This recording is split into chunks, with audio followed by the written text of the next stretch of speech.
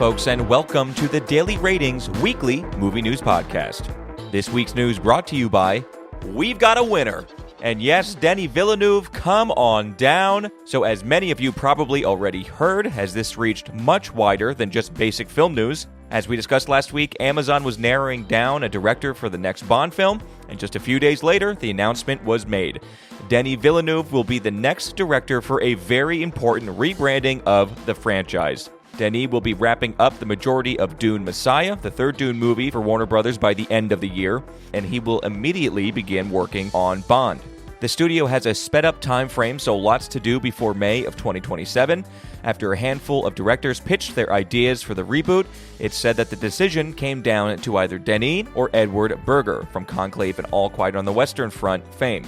It wouldn't be too surprising if Berger ends up directing the franchise in the future, as it's also reported that Villeneuve will only be making one film for Amazon, and another director will be chosen for the second film.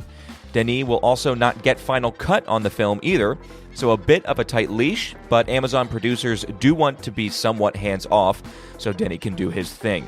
Amazon is bringing in a co-writer, yet to be announced or determined. This writer will write a script based on Denis' concept, and then Denis will refine the final script to his liking. A rumor came out that Amazon has a short list of actors to play 007. On the list is Australian actor Jacob Elordi, known for playing Elvis in Priscilla, and was in Saltburn along with popular show Euphoria. Harris Dickinson is listed, a British actor known for Baby Girl, The Iron Claw, and Where the Crawdads Sing. And then the third man noted was Tom Holland. Yes, old Spidey Pants Tom Holland.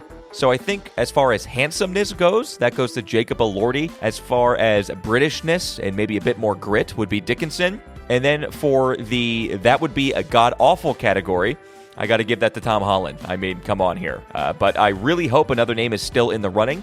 If you tuned in last week to the news show, we mentioned Aaron Pierre, British actor from Rebel Ridge, and voice cast Mufasa in Mufasa. We like the guy. I think there's potential there, but as always, we'll keep you updated as all the Bond news comes out. But bottom line, good for Denis, and I hope they can pull this off. All right, some more quick news here. So Michael Bay is back at it in an all-too familiar seat. So after 2017's Transformers: The Last Knight failed, Bay said he would retire from making Transformers movies. But that lasted almost no time at all, as he went to Paramount and pitched a film and would like to be the director and producer of the movie. So Bay is filming a Will Smith movie for Netflix next, but boy oh boy, the Bayhem looks to be back, and a script is already being written, so we'll see how that shapes up. Director Steven Soderbergh, the madman that he is, has his next film premiering at Toronto International Film Festival in September. The movie is called The Christophers, and it's a dark comedy starring Ian McKellen, Michael Cole, and Jessica Gunning, and James Corden. So the reason why this is news, or at least to me it is just that this is Steven Soderbergh's third film coming out this year. So it started with the kind of underwhelming Presence at the beginning of the year, then Black Bag coming out in March, which Vincent Daly and myself kind of liked, and now we have The Christophers. We'll see if it gets a theatrical release in this calendar year, but man oh man, Soderbergh is a movie machine, and he's also known for doing his own cinematography while filming, and he edits all his own pictures in post-production, which is super impressive.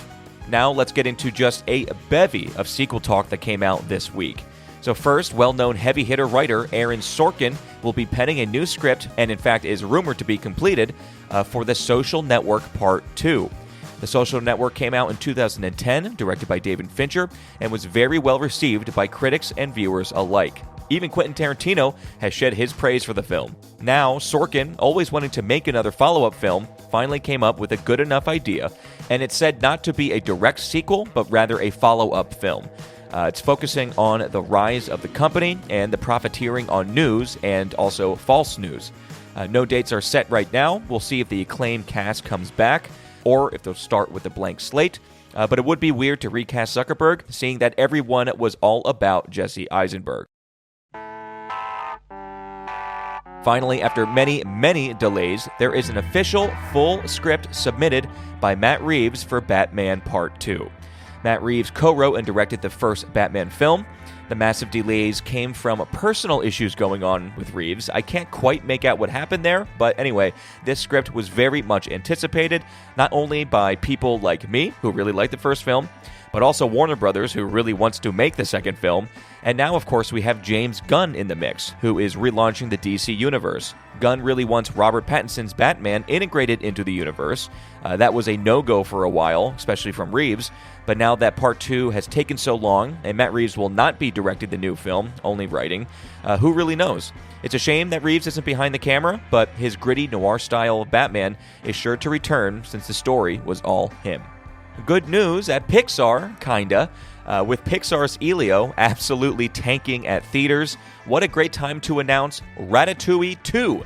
Yes, it's happening. I guess unsurprising, seeing that every other successful title already has a reboot in the mix pretty much. So let's get that rat back one more time.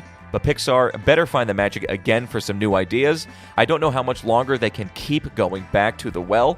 And now this was just announced. We probably won't see Ratatouille 2 until 2029 or even 2030. So we've got some time before then. Speaking of Disney, going back to the well with its properties, Indiana Jones will be getting a full-blown reboot. Yes, that's right. And why I wouldn't start with this kind of major news, it's more so because along with this rumor trickling out, it's also said that Disney does want to let the property have breathing room for years to come before launching things off. Basically meaning we won't see this for quite some time. In fact, an actual official announcement might not even come until later next year. But the fact does remain that they're not done. Harrison Ford will be done with the character, I'm sure.